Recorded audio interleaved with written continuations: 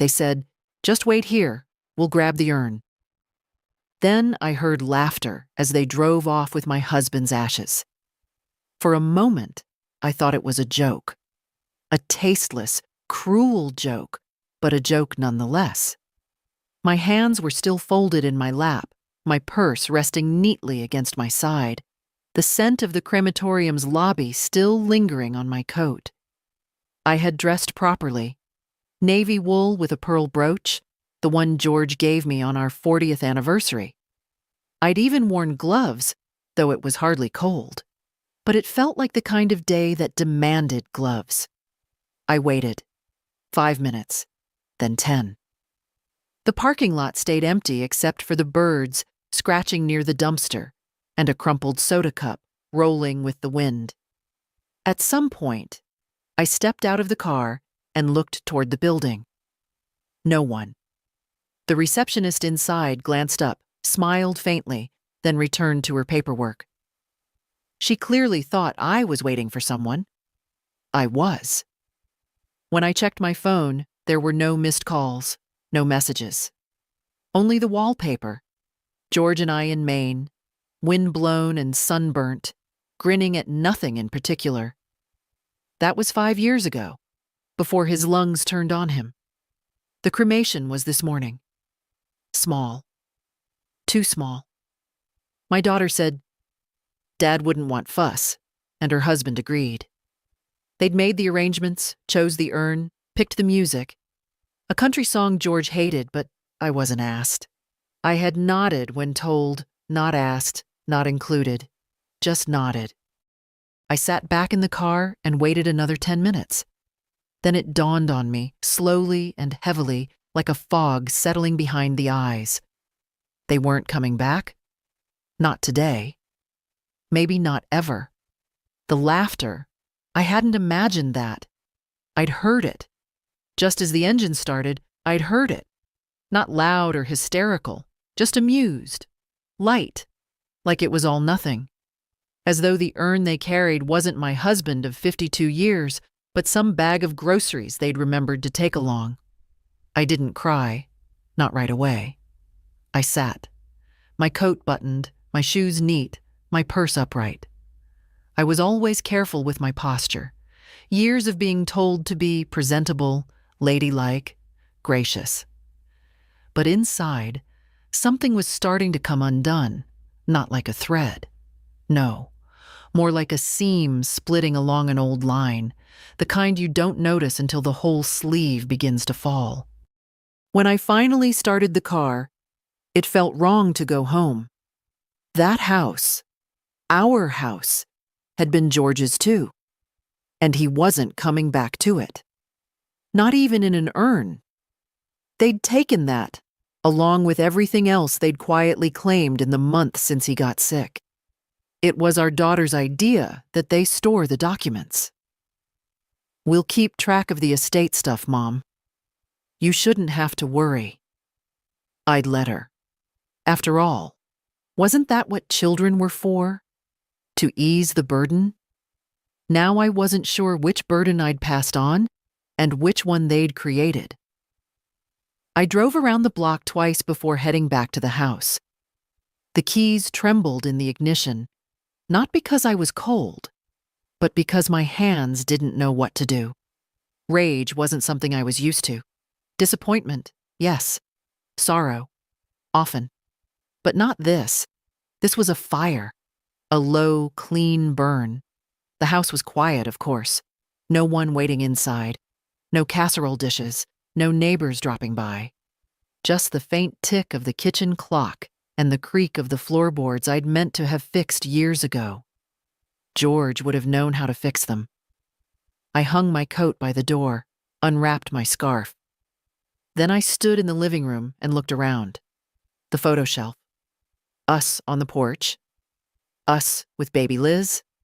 Us in matching sweaters one Christmas. George had hated. I'd loved that photo. Not because he looked good in red, he didn't, but because he hadn't protested. He'd worn it for me. I picked up that frame. My hands stopped shaking. They had left me behind. But they'd also left something else behind. The illusion that I was needed. That I mattered as more than the polite ornament of family history. The truth had been there for years, only I'd refused to see it. It was there in the short phone calls, the missed birthdays, the decisions made without me, for me, around me. I had been erased gently, silently, like dust from a mantle. Today, though, they'd made it clear. They didn't forget me in that car. They excluded me. That's when I knew they would not get one more thing from me. Not my house, not my savings, and certainly not my silence. Not anymore. When I walked into the kitchen, the light was too bright. I'd left the blinds up this morning, thinking maybe the sun might help. It didn't. I set the picture frame on the table and sat down beside it, folding my hands like I was waiting for someone. But there was no one to wait for. There hadn't been for a long time. George was gone, and our daughter, Liz, had taken what was left of him. Not just the urn. That wasn't the worst of it. It was the choice, the clarity of it. They'd chosen to leave me behind, and still, I wasn't surprised. Not really. Last month, she'd asked for access to the house deed, said it was for streamlining things. I didn't ask what she meant. I didn't want to know. But George's name was on it, and mine too. That house, this house, was built on 25 years of double shifts and Sunday mornings spent fixing what we couldn't afford to replace. George used to say, "If it's ours, it's sacred." I'd believed that. I still did. But Liz, she believed in other things. Convenience, efficiency, sleek documents and email threads I never saw. When her husband, Todd, called the bank on my behalf, I let it go. When they changed the locks on George's storage shed for safety, I let it go. I even let it go when they told me I should probably downsize because a woman your age doesn't need all that space. What space? The front porch where I drank coffee with George every morning for 40 years. The attic where he'd kept his old fishing gear, and I'd told him I'd throw it out every summer but never did. The hallway closet with his slippers still sitting beneath the coats. They'd taken the ashes today. They'd already taken the rest. I stood up, walked slowly to the secretary desk by the window, the one I inherited from my mother. Inside were all the papers I'd filed over the years. I knew where everything was. Labeled. Sorted. Unlike the rest of me lately, the folder marked Liz and Todd was the thickest. Checks. Loans. A co-signed mortgage from 2011. A private school tuition payment I'd made in cash. A car lease I'd paid off when their second child, Carter, was born, and they couldn't manage 2 payments. I didn't need a calculator to know how much money I'd poured into their lives. I didn't do it out of guilt. I did it because I believed that was what mothers did. Especially when their own mothers hadn't done it for them.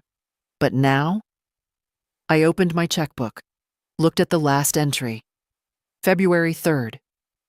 Gift for Carter's braces. $4,000.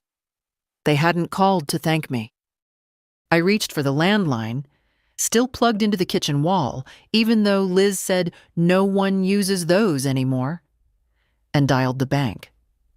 "Good afternoon, First Shore Community," a young woman answered, chipper in that practiced way. "How can I help you today?" "My name is Martha Bellamy. I need to speak with my account manager, please." "Of course. One moment." As the hold music played, I looked around the room. The tile George had laid himself. The faded clock above the fridge. The same table we'd bought secondhand in 1973 and never replaced. Finally, a voice came through. "Mrs. Bellamy? This is Patrick." "Hello, Patrick. I need to make some changes. Starting today." "Certainly. What would you like to discuss?" I want to cancel all scheduled transfers and direct payments associated with Liz and Todd Taylor. Everyone." There was a pause. "I see. Would you like to freeze those accounts temporarily or permanently? And I'd like to remove any third-party authorizations they have." Patrick cleared his throat. "Yes, ma'am. I'll just need to verify." "I'm prepared for that," I said. And I was.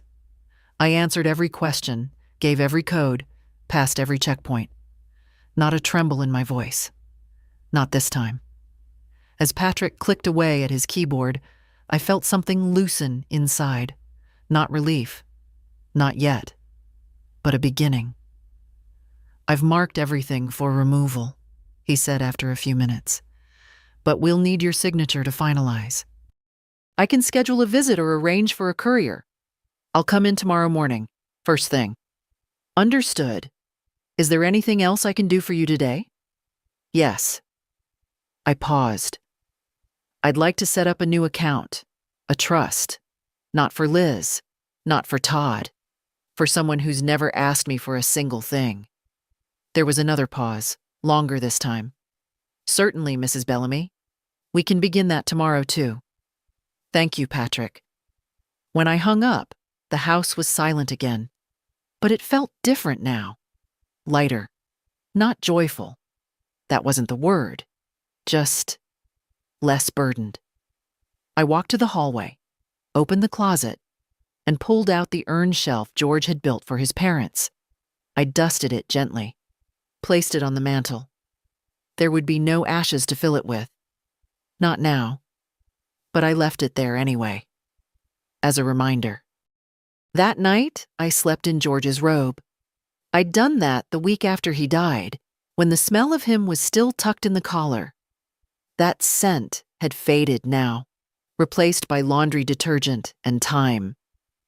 But the weight of the fabric still meant something, like he was near, like I wasn't entirely alone in the house that now echoed when I walked. In the morning, I made coffee stronger than usual and sat at the kitchen table with a yellow legal pad. I didn't know exactly what I was going to write. I only knew I had to write something. A list, maybe. Not of things I needed. I'd learned long ago not to expect much from that. No, a list of what I'd given. It began easily enough. Down payment on Liz and Todd's first home. $28,000 private school tuition, years 1-5. $44,000 Todd's failed landscaping business. $15,000 loan, never repaid. Carter's braces. Madison's summer camp, 3 years in a row. Their new fridge last Christmas. Medical copays when Todd was between jobs. New roof after the storm. They couldn't claim it on insurance. Monthly grocery cards, just until things stabilize. By the time I got to the second page, the numbers blurred. And still, none of it had hurt as much as yesterday. They had taken George's remains and left me sitting alone in a parking lot. Not because they forgot. Not because they were late. But because they had decided I didn't belong. That was the word. Decided. This hadn't come out of nowhere. This wasn't about grief or stress or miscommunication, as Liz would surely claim when the fallout began. No, this was a decision. A long building one. The end result of 1,000 small exclusions. A death by degrees. I set the pen down and poured another cup of coffee. I hadn't eaten, but I didn't feel hungry. I felt quiet. A strange, powerful quiet. Like the kind you get just before a storm. Not the storm outside, but the one you carry inside you. Finally ready to move. I spent the morning cleaning. Not because the house was messy, but because cleaning helped me think. I dusted George's side of the closet, then my own. I packed a few boxes. Not of donations. Not yet. Just things I hadn't touched in years. I didn't need clutter right now. I needed clarity. At noon, I called my lawyer. "Henry, this is Martha Bellamy." "Well, hello there, Martha. I'm sorry again about George. I meant to..." Henry, I need to come in. Today. A pause. Of course. I've got an opening at 2:30. Is everything all right? No, Henry, I said, not unkindly. Everything is not all right, but it's going to be. At 2:15, I pulled into his office parking lot in my old Subaru. I still had the "Support Our Seniors" bumper sticker George insisted on. It always made me laugh, like we weren't the seniors it referred to. Henry met me in the lobby. He was older now, like all of us, but still wore his hair too slick and his tie too bright. George used to tease him about both. "What can I do for you?" he asked, guiding me into his wood-paneled office. "I want to change my will." Henry blinked. "Okay, that's simple enough. And I want to establish a revocable trust, managed by me alone. All assets transferred, immediately." Henry raised his eyebrows. "You're sure?" "I'm certain." "May I ask why the sudden—" "You may not," I said gently. "Not yet." He nodded. "Understood." The papers took over an hour. He walked me through every step, every form, every clause. I read every word. When he asked for beneficiaries, I said, "My granddaughter, Lily. She's the only one who still visits and never asks for anything." "And Liz?" he asked carefully. I looked him in the eye. "No." He said nothing, just kept writing. When everything was signed, scanned and filed, I stood to leave. "I'll need copies mailed," I said, "and one kept here. But no disclosures. Not yet." "Of course," he said. "You'll let me know when." "I will." Back home, I sat on the porch with a glass of water. The wind was picking up. Clouds were shifting. My body ached in its usual ways, knees, shoulders, something in my lower back. But inside, I felt centered. Like something had clicked back into place after years of being slightly off kilter. At 4:43 p.m., Liz called. I didn't answer. She called again at 4:47. Then a text. "Hey, Mom, sorry, yesterday got chaotic. Can we stop by tonight?" I looked at the message, then at the porch steps. George never got around to repainting. Then back at the message. I turned the phone off and placed it beside me. The quiet returned, and I welcomed it. By morning, the silence had changed. It was no longer the peace of decision. It had turned into something else. A waiting silence, taut and humming, like the hush before the first word in a courtroom, like breath held too long. They would come today. I could feel it. They wouldn't leave things unanswered, not when there was money at stake. I brewed coffee and made toast, not because I wanted it, but because ritual steadied the hands.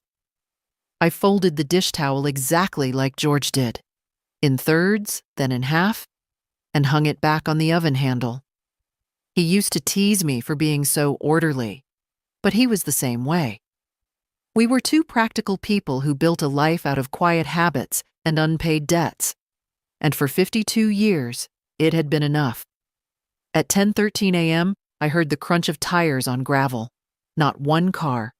Two. Todd's black SUV and Liz's leased sedan.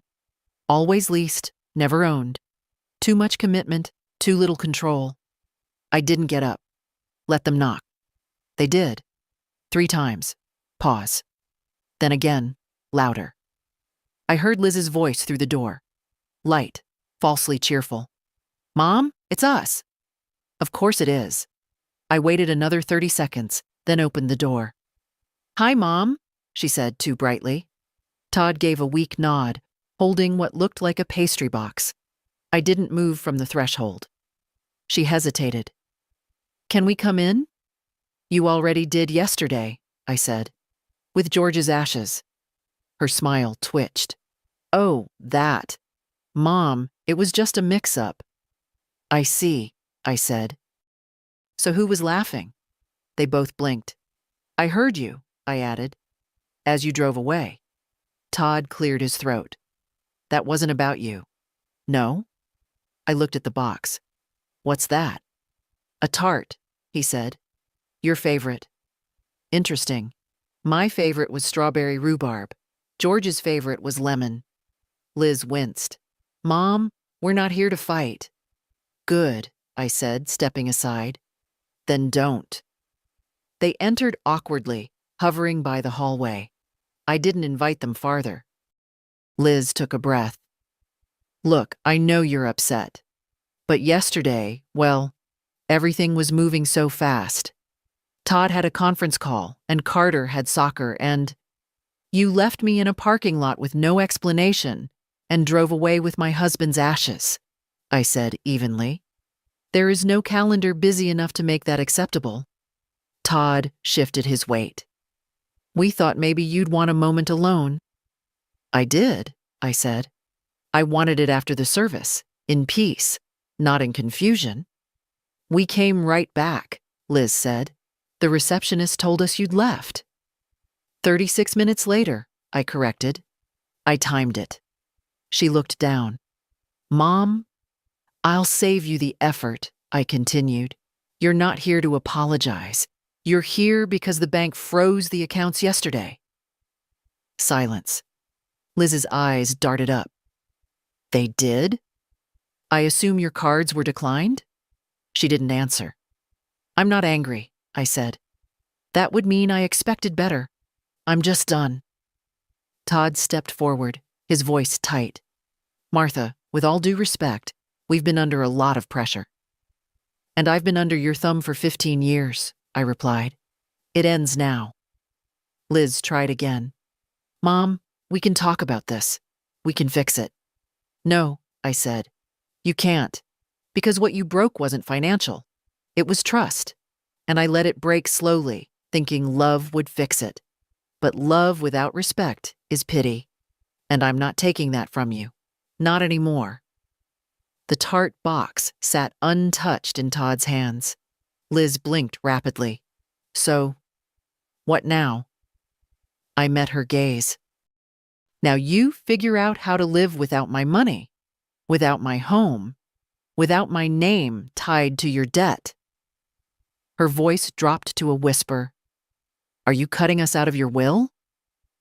I didn't answer. I didn't need to.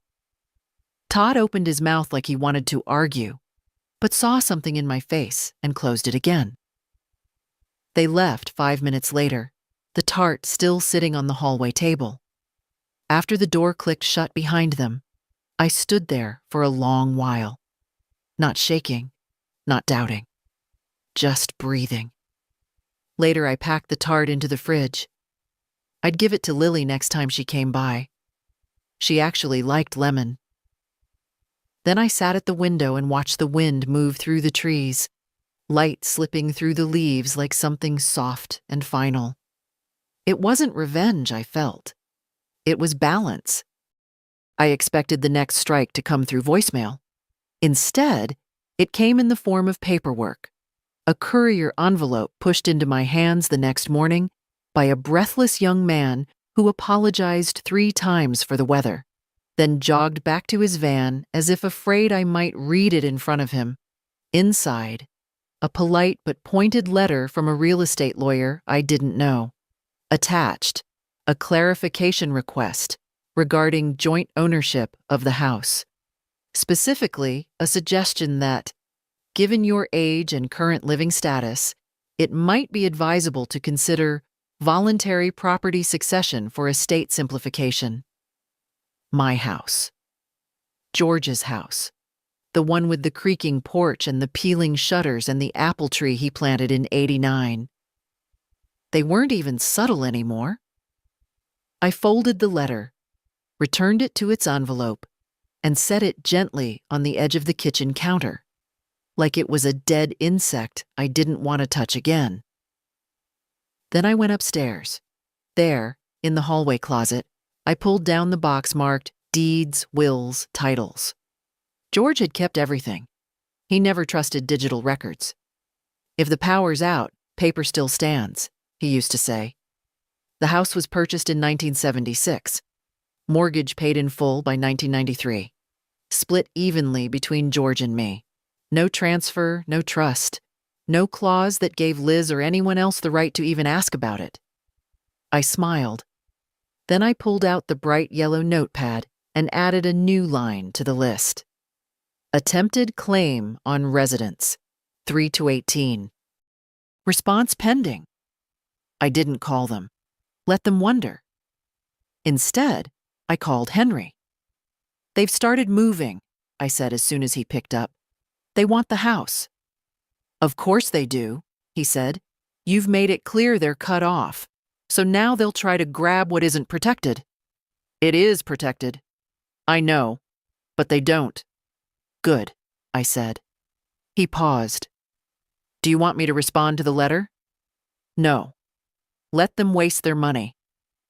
After the call, I spent the afternoon going through George's files. I found the photo he'd kept in a manila folder marked important. The two of us at the beach, our feet covered in sand, me holding a lemonade, him squinting into the sun. He'd written on the back in his blocky, careful print, proof we were happy. I tucked it into my wallet. Around 4:30, the doorbell rang again. Not a courier this time. Lily. 16, hair in a loose braid, her face flushed from the wind. Hi, Grandma, she said, holding up a takeout bag. I brought Thai. Mom says you don't like it, but I remember you liked it when I was little. She stepped inside before I could answer, already kicking off her boots. You okay? She asked, more softly. I nodded. Better now. She followed me into the kitchen and set the bag on the table, unpacking with the confidence of someone who knew where everything was. The plates, the spoons, the tea towels. We didn't talk about her parents right away. We talked about school, about her debate team, about how she'd finally broken up with the boy I never liked and now saw why I never liked him. Then, between bites of noodles, she looked up. They're freaking out, you know. I imagine. They say you're making things worse. I'm not making anything, I said. I'm just no longer fixing it. She nodded slowly. I told them I was coming here, she said. Dad said it was a bad idea. Did he? I came anyway. That part was clear. She set down her fork. I don't know all the details, Grandma, but I know this. You never asked for much. You just showed up. Quiet, but always there. And now they're mad that you're not. I felt my eyes sting, but didn't let them blur. You don't owe them an explanation, she added. You don't owe them anything. I reached across the table and took her hand. You're the only one who gets that, I said. Then let me help. She came again the next day, and the one after that. Helped with errands. Cleaned out the attic without being asked. Made tea. Asked questions about George. Not about the will, not about the trust, but about the man. That Sunday, I gave her the tart from the fridge. She laughed when I told her who it was meant for. They even get the desserts wrong, she said. Later that night, I saw a photo on her social media. Her holding a slice, captioned, Lemon Justice.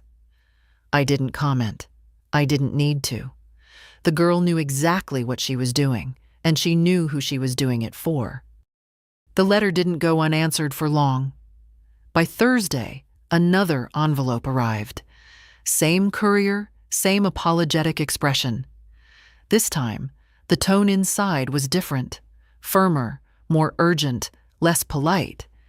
It referenced legal rights, uncooperative disposition, and, my personal favorite, failure to engage in responsible estate discussions.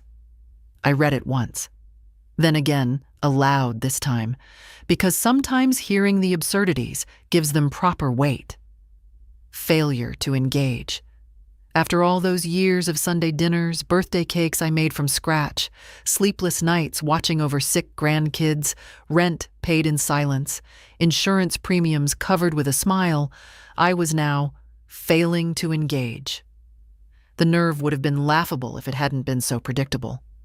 I didn't call them. I didn't respond. I called Henry.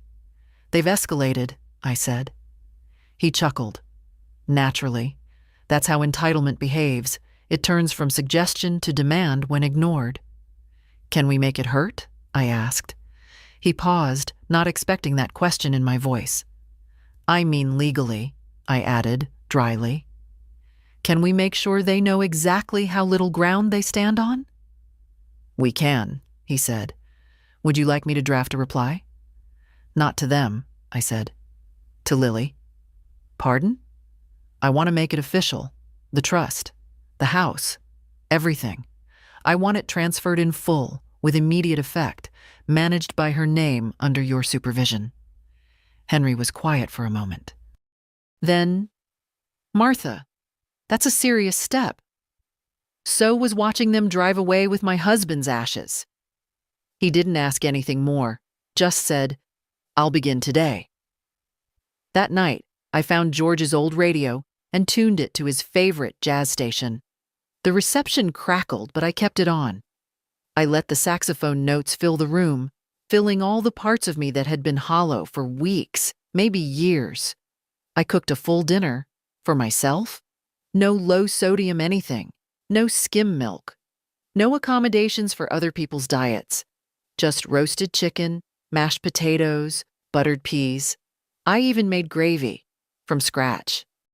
I ate at the kitchen table, by candlelight. George would have laughed, called it dramatic, then joined in. He never believed in sulking. "If you're gonna stew, make it into soup," he once said. After dinner, I sat down and wrote Lily a letter. Not a legal one. Henry would handle those. A real one. In ink, with my own hand. I told her about the first time I met George, how he was nervous and pretended he knew how to waltz, how he stepped on my foot 3 times and still got a second date. I told her how we bought the house, how the roof leaked for a year before we could fix it, how George made the fence out of salvaged wood, painted each plank by hand, and spelled my name into it with white flowers. I told her none of it was perfect, but all of it was real. And now, it would be hers. Not because I needed someone to remember me, because I needed someone to carry what mattered forward. Someone who understood that what you build with your hands means more than what you inherit with your name. The next morning, I mailed the letter before I could second-guess it. Then I made an appointment at the bank. "Just updating signatories," I told Patrick, the manager, "tying up loose ends." He glanced over the documents Henry had faxed. "Everything seems in order," he said, then hesitated. "You're sure this is what you want?" "I'm sure," I said. By noon, it was done. I walked out of the bank and sat on the bench across the street looking at nothing in particular. Just feeling the wind on my face, the sun on my hands, and the strange, quiet pulse of something I hadn't felt in years. Control. It didn't make me feel powerful. It made me feel whole. Lily came by the next afternoon, her cheeks flushed from the cold, her braid a little looser than usual. "I got your letter," she said, holding it in her hands like it was breakable. "I read it 3 times. I nodded. "And?" "I cried," she said simply, "at the part about the fence, and the flowers, and the soup." "You always liked stories better than toys," I said, "even when you were small." She sat across from me, placed the letter gently on the table. "Why me, Grandma?" I didn't pretend not to understand. I just looked at her. "You know why," I said. She shook her head, still not looking away. "But I haven't done anything." "Exactly," I said. "You never did anything to me. You never took. You never expected. You just came." She looked down. "They're going to hate me for this." "I know," I said, "but not more than they already do for not being able to control me." Lily didn't smile. She wasn't the kind to be smug. She just folded her hands together and asked, "What do I do with it?" "With what?" "All of it. The trust. The house. Everything." "You take care of it," I said. "Not because it's valuable, but because it matters. This place. These stories. They weren't expensive to build, but they cost everything." She nodded slowly. "And when you're ready," I added, "you build something of your own, with the same care, the same truth." She looked around the kitchen, then out the window toward the back garden. George's rose bushes had gone to branch, bare and stubborn against the frost. "You think I'm ready?" "You wouldn't be asking if you weren't." We sat in silence a while, sipping tea. Lily had brought ginger biscuits this time, not too sweet, the kind I liked best. "They're going to come after me," she said eventually. "Not just you. Me." "They already are," I said. "Todd called the bank this morning pretending to be your financial advisor." Patrick shut it down. Her eyebrows lifted. "Seriously?" "Seriously." "And Mom?" I took a breath. "She hasn't called, but she sent a message through Henry's office. Strongly worded.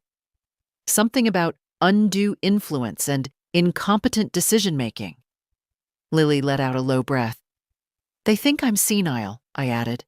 "Or rather, they hope I am. Makes it easier to discredit my choices." "But you're not." "No," I said. "I'm old. That's different." We both smiled, briefly. "I'll protect it," she said after a while. "Whatever it is now, whatever it becomes, I'll protect it. I know you will." Later, as she put on her coat, she paused at the doorway and turned back. "Grandma, if things get ugly—" "They will," I said. "But that's all right. I've been through ugly before. I've been through poor, through sick, through alone. This is nothing." She smiled then. A real one. "I'll see you Sunday," she said. I watched her walk down the steps, steady and upright. When she was little, she used to stumble constantly. Always had scraped knees and mismatched socks, but even then, she never cried. She just stood back up and kept going. George used to say, "That one? She's made of wire and glue." I hadn't understood it back then. I did now. That night, the phone rang again. This time, I answered. Not because I wanted to talk, but because I knew what came next and I was ready to look it in the eye. "Mom," Liz's voice came through the line, clipped and sharp. "We need to talk." I didn't speak right away. Let her sit in the silence she never used to notice. "Are you there?" she said, impatient now. "I'm here." She exhaled, not relief but irritation. "You've put us in an impossible position." "Have I?" I said. "Yes. Todd's been on the phone with the bank all day. They won't release the funds. They say you removed our access." "I did. Without warning." I almost laughed. "You think I owed you a warning before I stopped letting you drain me? That's not fair." "It's not?" "We had arrangements." "No," I said, cutting her off. "You had expectations. I allowed them. That's not the same." There was a pause. I could hear movement. Maybe she was pacing. Or maybe she just couldn't sit still with the truth pressed against her ear. "I don't know what Lily told you," she began. "Lily didn't tell me anything," I said. "You did. With your silence. With your behavior. With that letter you sent me through a lawyer instead of your own voice." She scoffed. "You're overreacting." "To what, exactly? Being left in a parking lot while you drove off with my husband's ashes?" "That was—" "Don't," I said. Quiet, firm. "Don't rewrite it." The silence stretched again, but now it was brittle. "I don't know what you're trying to prove," she said. "Nothing." "Then why all this drama? Cutting us out? Giving everything to Lily?" Because I finally remembered who I am, I said. And who you've become. That's not an answer. It's the only one you're getting. I could hear her breathing shift, the rhythm no longer controlled. We took care of you, she said suddenly, voice trembling with anger. After Dad died, we were the ones who handled everything. The estate, the bills, the cremation. You didn't want to deal with it. You didn't let me. That's not true. You told me I was fragile, that I should rest, that George wouldn't want me to stress. He wouldn't, she snapped. He also wouldn't want his ashes driven off in the back seat like a takeout order. Don't be cruel. I was quiet for a moment.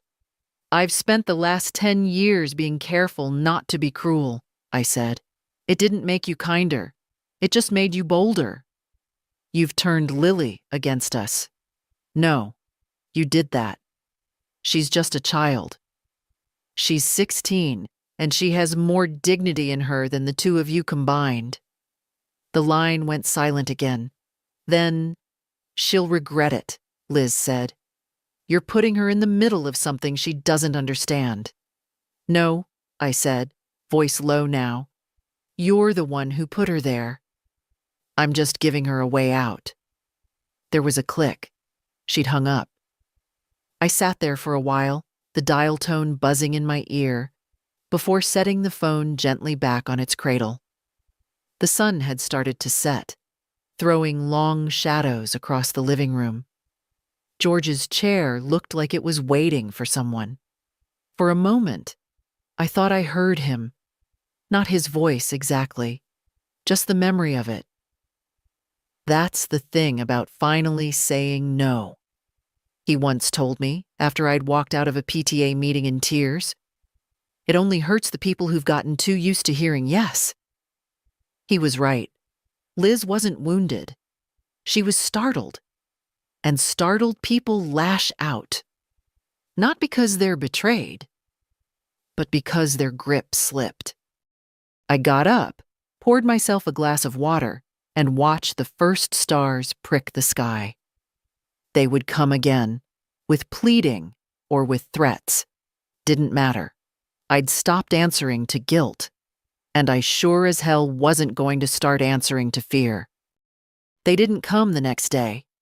They came the day after that. No phone call, no warning. Just Todd's SUV pulling into the driveway like nothing had changed, like he hadn't filed letters, made calls, pulled strings to try and take what wasn't his. Liz got out first. No makeup, not her usual blow-dried armor. Her face was bare, drawn, and, if I was generous, maybe even a little afraid. Todd followed, holding a manila folder. I didn't move to greet them. I didn't offer coffee. I opened the door and stood in the frame, hands clasped loosely, posture steady. I wasn't inviting them in. I was setting the tone. Mom? Liz said, trying a softer voice now, like we were back in the realm of civility. Can we talk? We are. She faltered, glancing at Todd. He stepped forward. Martha, this has gotten out of hand. No, I said. It's finally in hand. Mine. He held up the folder like it was a white flag. These are just documents, proposals, options. Nobody's demanding anything. Is that what your lawyer called it when he suggested I consider relinquishing residential control due to cognitive ambiguity? He blinked. I looked it up, I said. It's what they write when they want to put someone in a care facility without using the word facility. Liz's eyes darted to Todd, but he wouldn't meet her gaze. We were just trying to plan, she said. To prepare. For what? I asked. For the day I finally stopped funding your lifestyle? Her lips parted. No sound came out. I was never supposed to outlive my usefulness, I said. That was the real plan, wasn't it? Todd stepped in again. We were worried. You've been making impulsive decisions. The trust, the house, the bank accounts. Impulsive? I repeated. These are decisions I should have made 10 years ago. The only impulse was in waiting this long. Liz's voice cracked. So that's it? You're just cutting us off completely? No, I said. I'm setting boundaries. You can live your lives, just not on my back. But we're your family. I know. Then act like it, she snapped. I tilted my head slightly. You first. Todd held out the folder again. Just look through this. Please. It's a compromise. I didn't take it. Instead, I looked at Liz. You left me in a parking lot, Liz. You didn't forget me. You made a choice. Her eyes welled up, but not with shame, with fury. The kind that rises when you realize the person you dismissed still holds the final word. You'll regret this, she said quietly. I already regret what came before it. They stood there another few seconds, and then, when it was clear I wasn't going to change my mind or reach for the folder, they turned and left. No shouting, no final blow, just silence. As they drove away, I didn't feel victorious. I felt solid. After they were gone, I took a walk around the backyard. George's tools still hung on the rusted nail under the porch. His gardening gloves were stiff with age, but I couldn't throw them away. I ran my fingers over the wooden handle of his spade. He always said you don't pull weeds just once. You check again in a few days. They like to come back. This wasn't over, but they knew now. The ground had changed. That night, I opened the trunk at the foot of the bed. It hadn't been touched in years. Not since George got sick and the days began to blur together with hospital chairs, medication alarms, and quiet refusals to talk about the inevitable. The trunk held the bones of our life. Old tax returns, warranties for appliances we no longer owned, receipts yellowed with time. But underneath those layers were the things that still breathed. A bundle of letters tied with kitchen twine, mine to George during his deployment in '66, and his to me, folded carefully, his handwriting precise and slow. He'd always said letters were his way of saying the things he couldn't quite say out loud. I untied the twine, not to read them, but to hold them. There was one more folder in the bottom of the trunk. Manila, like the one Todd had held earlier, but heavier. Not with paper, with weight. Emotional weight. Inside was the last will George and I had updated together, signed 7 years ago, notarized, reviewed twice by Henry. At the time, it had seemed straightforward, split evenly, modest bequest to the grandchildren, the rest to Liz as our only child. George had insisted. She'll do the right thing, he said. I had believed it too, back then. But people aren't static. They shift. Sometimes they harden. Sometimes they calcify into something you no longer recognize. I'd watched the change slowly. After George died, Liz took the reins. At first, gently, then with increasing grip. She meant well, I told myself. She's overwhelmed. She's grieving, too. But grief doesn't erase kindness. It only tests its limits. Over the years, she began speaking for me. At doctor's offices, at the bank. It's just easier, she'd say. Less confusing for everyone. At first, I let her. I was tired. And what did it matter? She was my daughter. But then came the deeper cuts, the silent ones. The family gatherings I wasn't told about because we thought you'd be too tired. The decisions made in group texts I wasn't included in. The birthday party where I was placed at the far end of the table, next to the coat rack and a screaming toddler I didn't know. And I endured it all. Until George's ashes left in a car I wasn't welcome to ride in. That was the line. Some lines don't need to be drawn. They're carved. Now I pulled the will out, unfolded it, and stared at our signatures. He trusted her, and so did I. But trust, once cracked, doesn't heal like skin. It hardens like porcelain, and the break always shows. I folded the document back up, returned it to the trunk, and turned off the light. In the morning, I called Henry. "We need to formally revoke the previous will," I said. "Immediately." "I've already started," he said. "Your trust supersedes it, but we'll file the new paperwork first thing. Make sure Liz receives a copy." "Are you sure you want to do that now?" "Yes," I said. "She deserves to know exactly where she stands." Later that day, I opened the safe behind the hall mirror and removed the original deed to the house. George's handwriting was in the margins. Notes about the property line, the furnace, when the chimney was last cleaned. It wasn't just a house. It was evidence of effort, of time, of who we were before everything became convenience and shortcuts. I scanned it all and sent it to Henry. Backups. Always backups. At lunch, I made tuna salad the way George liked it, with extra pickle, no celery. I ate it at the table where we used to sit, where Lily now sometimes joined me. And then I waited, because I knew this change, this final legal confirmation, would light the match they'd been waving for weeks. And when it did, I would not flinch. The letter arrived 2 days later. Cream-colored envelope. Heavy stock. The kind meant to convey importance, as if the thickness of the paper could soften the ugliness of the contents. This one wasn't from Todd's lawyer. It was from Liz herself. I didn't open it right away. I made tea first. Cleaned the sink.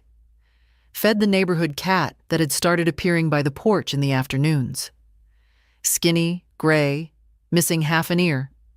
I'd started calling him Charles, after my grandfather. Stubborn and half wild, but polite enough to sit still when I spoke.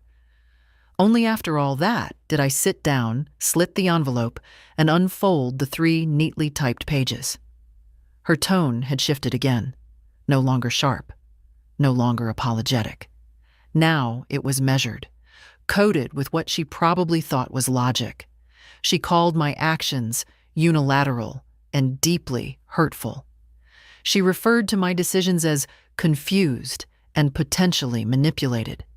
She cited my age 4 separate times. She reminded me that family decisions should be made with family input, and she closed with a thinly veiled threat. "We don't want to involve outside agencies, but we will if we feel there's cause for concern." Cause for concern. I folded the letter slowly, set it on the table, and stared out the window. George had once said, "The more you tell someone no, the more convinced they get that you don't understand the question." Liz didn't think she'd been denied something. She thought I was making a mistake that needed correction. Correction through force if necessary. At 2:15 p.m., I called Henry. "I received a letter," I said. He didn't ask what it said. "Do you want to respond?" "No," I said, "but I want to act." I told him everything. The attempts to question my capacity, the veiled threat of guardianship, the implication that I was being unduly influenced. "And Lily?" he asked. "She's fine. They haven't come near her. Yet." He paused. "We can make this airtight, ironclad. A trust under joint legal supervision, with clauses that activate upon any attempt to contest." "Yes," I said. "Do it." When I hung up, I didn't feel afraid. I felt finished. Finished pretending this was a misunderstanding. Finished hoping Liz might come around. Finished waiting for the daughter I used to know to come back. She was gone. Not dead. Not vanished. Just transformed into someone who measured love in assets and loyalty in control. And that wasn't someone I could save. Later, Lily stopped by. She found me in the garden, trimming back what was left of the lavender bush. She sat beside me in the grass, brushing dried leaves off her jeans. Mom says you're being reckless, she said quietly. I didn't look up. She said it in writing, too. She's trying to rally people. Aunt Martha, Uncle Dan, says you're not well. Says I'm too young to know what's happening. And what do you say? Lily didn't hesitate. I say I'm not confused, and neither are you. I smiled, even if it didn't quite reach my eyes. I never wanted this to be a battle, I said. I know, she replied. But you didn't start it. You're just the first one who didn't back down. We finished in silence, the two of us kneeling in the garden, hands in the dirt, pruning what was dead to make room for what might grow again. After she left, I returned to the house and placed Liz's letter in the fireproof box where I kept my passport, George's discharge papers, and now the new trust documents. Proof of who I'd become, of what I'd refused to let continue, and of what no letter, no lawyer would ever undo. By the end of March, the ground had begun to thaw. The grass still held patches of frost in the shade, but the air smelled different, softer, earthier. George always said you could tell spring was coming, not by the temperature, but by the smell of the soil waking up. I was waking up too. The trust was finalized that week. Henry delivered the documents himself, tucked neatly in a blue folder, every page initialed, every clause reviewed twice. It's done, he said, setting the folder gently on the table. They can't touch it now. Not a dime. Not an acre. I nodded, but didn't reach for the papers right away. Lily will get a notice in the mail, he added, with full instructions. But she already understands, doesn't she? She does. Henry leaned back in his chair. You've set something in motion, Martha. Something big. I didn't set it, I said. I just stopped pretending it wasn't already moving.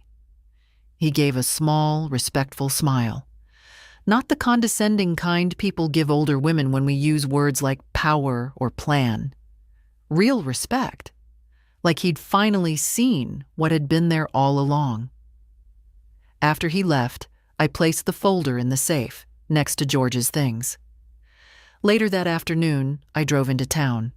Not for errands, not for groceries. For something else. I parked by the courthouse and walked 2 blocks to the small building with the green shutters and the plaque out front. Bellamy Community Center. In memory of George Bellamy, 1942-2024. The center had been his idea years ago, back when he volunteered at the local shelter and said the kids needed more than soup and sermons.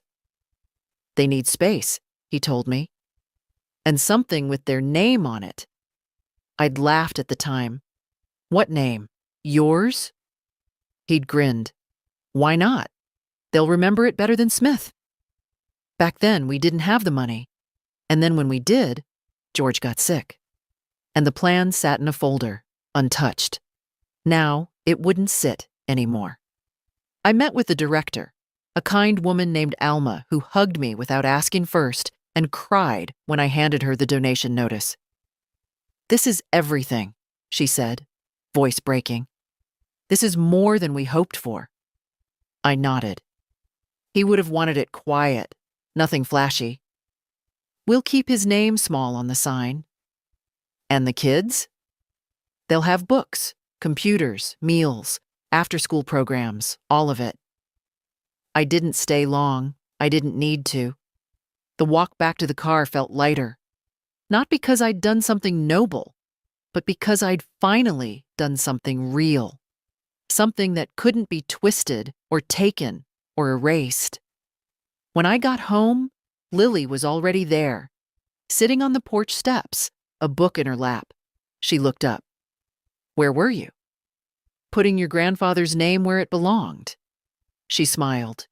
And where's that? On something worth remembering. We went inside. I made tea. She told me about her upcoming debate finals. I asked what topic. Restorative justice, she said. Whether it's effective. Whether it lasts. Is it? I asked. She thought for a moment. Only when people stop pretending harm never happened. I nodded. Then you'll win. That night, I lit a single candle on the mantel. No pictures, no prayer, no big gesture. Just light. Soft and steady. A small, firm mark in the dark. The next knock at the door came just after noon on a Wednesday. Not a courier this time. Not Todd. Not Liz. It was Madison, the younger one, Lily's sister. She was 17 now, though I still remembered her best with pigtails and strawberry jam on her cheeks, laughing at everything and nothing at all. She stood on the porch, arms folded, eyes shadowed with a kind of worry that didn't belong to someone her age. "Can I come in?" she asked. I stepped aside without a word. She walked in slowly, looking around like she was visiting a place she barely remembered. She sat at the kitchen table, same chair Lily always chose. I poured tea, though she didn't ask for it. "I know I'm not supposed to be here," she said finally. "Who told you that?" "Dad. He said you're dangerous now." I almost smiled. "Am I?" She looked at me, truly looked. "No, you're not." We sat in silence a moment. "I read Mom's letter," she said quietly. She left it out. "Did you?" "I didn't understand most of it. Just that she thinks you're confused." "And what do you think?" She hesitated, then shook her head. "I think she's scared. Not of you. Of losing." "Losing what?" "The version of her life where she's the one in control?" I said nothing. Sometimes silence says more than any affirmation. Madison picked at a thread on her sleeve. "Is it true? About the house? The trust?" "Yes." "And Lily?" "Yes." "She's not even the oldest." "She's not even trying to be anything," I said. "She just is. And that's more than enough." Madison nodded, slowly. "Can I ask you something?" she said. "Of course." "Do you hate them?" I looked out the window for a moment, where the wind had begun to shake the trees just enough to remind the house we were still in March. "No," I said finally. "Hate takes energy. I've spent enough of that on people who think love is a transaction." She nodded, her expression older than it should have been. "Do you think they'll ever stop?" she asked. "Trying to get it back?" "They'll stop," I said, "when they've told themselves a version of the story they can live with." "What do you mean?" "They'll say I was senile, or manipulated, or bitter, that I played favorites, that I forgot what family means." "Is that what happened?" "No," I said. "But that's what they'll need to believe, so they don't have to face what they did." Madison didn't speak for a long time. Then, "I don't want to end up like that." "You won't," I said, "because you're here." She stayed for an hour. We didn't talk much more. I let her sit in the quiet, let her feel what it was like to be in a place that didn't ask anything of her. When she left, she hugged me. Not quickly, not awkwardly. A real hug. That night, I wrote her name beside Lily's in my ledger. Not legal, not binding. Just mine. Because some things are worth recording even if no one else ever sees them. The invitation wasn't fancy. Just thick cream cardstock with embossed lettering and a small blue bellflower pressed into the corner, George's favorite. I'd found the old seed packet in the shed, tucked behind the jars of screws and paintbrushes he never threw away. The event wasn't a service. I didn't want speeches or music or platitudes about a man who never liked crowds. It was a dedication. The community center had finished the renovations early. A fresh coat of paint, a new reading room, a backlot turned into a garden space.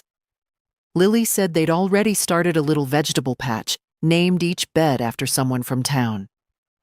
Mr. Sherman's tomatoes, Miss Patel's herbs, And now, George's bench. We held the gathering on a Sunday afternoon. Clear skies. Wind light enough to carry the smell of fresh mulch and lavender from the edge of the yard. People showed up, more than I expected. Some were kids who remembered George from the shelter days. Some were folks he'd helped quietly, fixing a leaky faucet, replacing a tire, delivering groceries without being asked. I didn't make a speech. Alma did. She stood near the garden gate and told them about a man who gave quietly, who never needed a stage, who said, "If you see a need and you've got hands, the question's already answered." People nodded. Some wiped their eyes. Lily stood beside me, not dressed up, not shy, just present, steady. Madison came too. She stood off to the side, arms folded like a shield, but her eyes never left me. Liz and Todd didn't come. Neither did Carter. I hadn't expected them to. After the ceremony, people wandered through the building, touched the new tables, flipped through the donated books. I stayed by the bench. Simple, wooden, no plaque. Just a small carving along the backrest. Built by hands that never stopped trying. George didn't care for grand legacies. He just wanted things to work, to hold. I sat down on the bench for a while, watching kids chase each other around the planter beds. One of them tripped and laughed, scraped his knee, and kept running. Lily sat next to me, quiet, as always. After a while, she said, "He'd be proud. I think he'd just ask why we didn't use cheaper wood." She laughed. "Did you know he helped my friend's mom fix her porch swing once? She said he brought his own tools and didn't even stay for lemonade." I nodded. "That sounds right." We sat a while longer. Then Lily reached into her bag and pulled out a folder. "I wanted you to see this." Inside, photos of the garden, a copy of the activity calendar, a list of the new programs launching next month. One page caught my eye. Bellamy Youth Grant, in memory of George Bellamy, for students pursuing trade work, elder care, or community service. I blinked at it. "You came up with that?" I asked. "Not alone," she said. "But yeah, he would have liked that. A lot." "I know." People began drifting out. Someone handed me a paper plate with half a slice of lemon tart. "Thought you might want the last one," they said.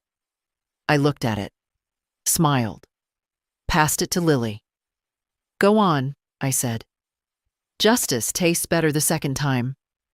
She laughed, took a bite, and we just sat there. No one needed to say it, but it hung between us anyway. He was gone. But what he built, and what he believed, wasn't. And now, it never would be. I didn't expect the last confrontation to come in person, but it did. A week after the dedication, on a Tuesday morning soft with rain, I heard the gate creak open. I'd left it unlatched, not out of forgetfulness, but instinct. Something in me knew the story hadn't fully closed. It was Liz. No folder this time. No husband. Just her, standing under a small blue umbrella, looking thinner than I remembered. Smaller, somehow, as if time had begun to fold her in at the edges. I opened the door but didn't step out. "May I come in?" she asked. I hesitated, then nodded. We sat in the kitchen. I poured tea. She didn't touch hers. For a long while, neither of us spoke. Then, quietly, she said, "You really did it." I nodded once. "You gave her everything." "Not everything," I said. "Just what mattered."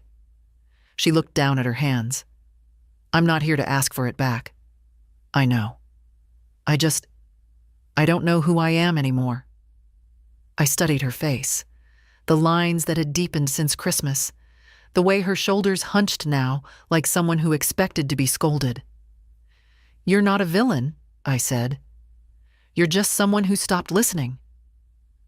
She looked up. Her eyes were wet. Why didn't you tell me earlier, before it got so far? I tried, I said. But you were always busy. Always speaking for me, not to me. She looked away. I thought I was helping, she whispered. I know. The clock ticked. Outside, rain tapped softly against the windows. I'm not asking for forgiveness, she said. Good, I replied, because it's not something I hand out like tea cookies. She almost smiled. Almost.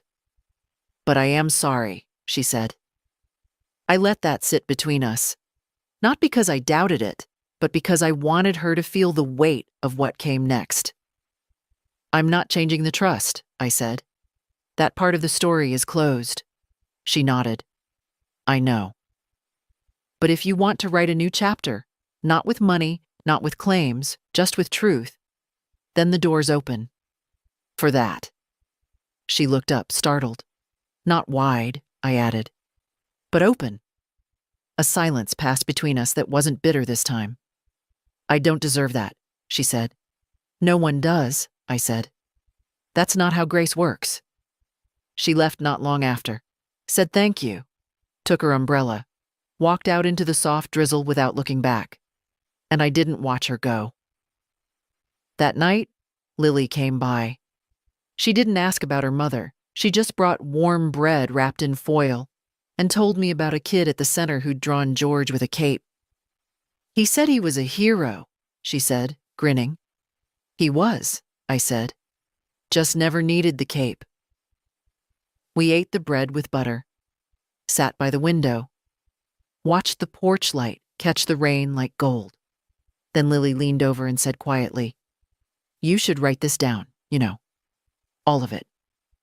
Maybe one day, I said, but it's already written. In every silence I held, every line I drew, everything I chose not to let slip through my hands. And maybe it's written here too for someone like you. If it is, if this story made you stop for a second, or remember something real, or breathe a little deeper, then let it keep moving. Pass it on. Share it. Let someone else feel what I couldn't say out loud until now. You are allowed to stop being silent. You are allowed to say no. And sometimes saying no is the loudest, kindest thing you can do.